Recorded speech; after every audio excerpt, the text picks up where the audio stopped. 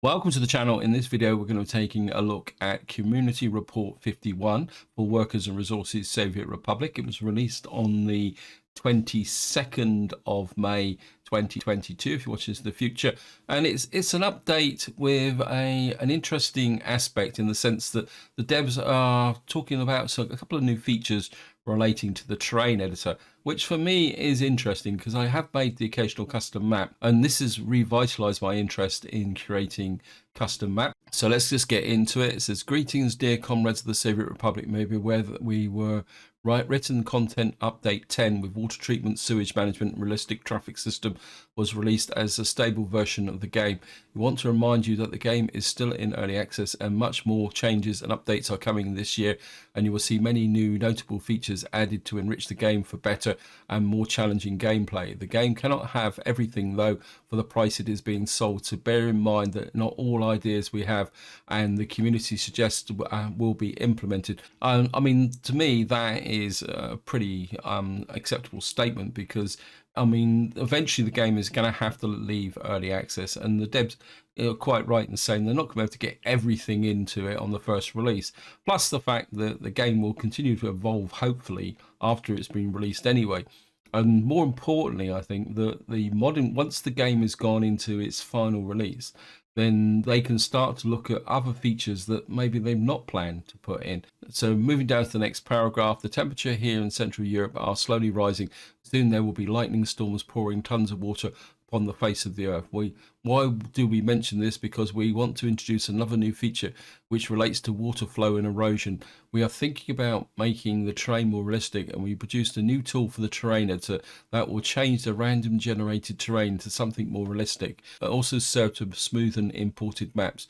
So we got a couple of pictures here. Let me just take a look at them. So it looks very much like what we got here. We got a smooth entire tool. So it looks like they're, oh wow, what they're doing is putting erosion gullies onto the map itself. Now I do like this. And then down here, let's have a look at this one here. Yep. So it's almost like it's a kind of a smoothing tool that's based on some kind of parameter. Well, we've got a video here, guys. So what I'm going to do is just click on it. Hopefully it's not going to be too long. In fact, it's a bit small, so what I'm going to do is go full size for YouTube, and hopefully this will be recorded. It looks like it's got a different smooth entire height. Yeah, so it looks like there's a water erosion terrain brush here. Now there is no soundtrack. Wow. Yeah, it's integrated as part of the actual terrain editor.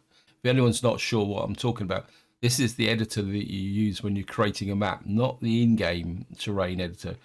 So what you can do is just literally run it across the map.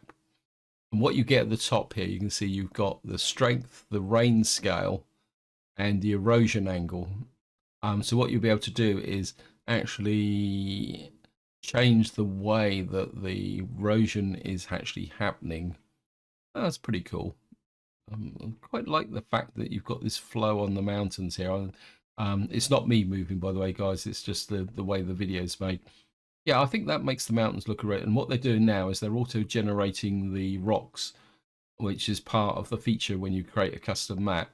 And you can see that the rock formations now kind of drop in a little bit more better rather than the even things. And we got a that's pretty interesting. I'm really looking forward to seeing that tool incorporated into the map terrain editor, and I certainly will want to play with that. Anyway, we're just going to move down to the next bit.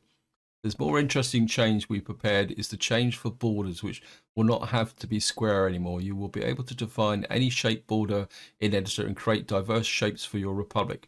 We are aware that you would like to have different dimensions to the map too. The map is currently 20 by 20 kilometers and square shaped. Just take these new borders in as a small step where it's possible for more steps to map editing coming.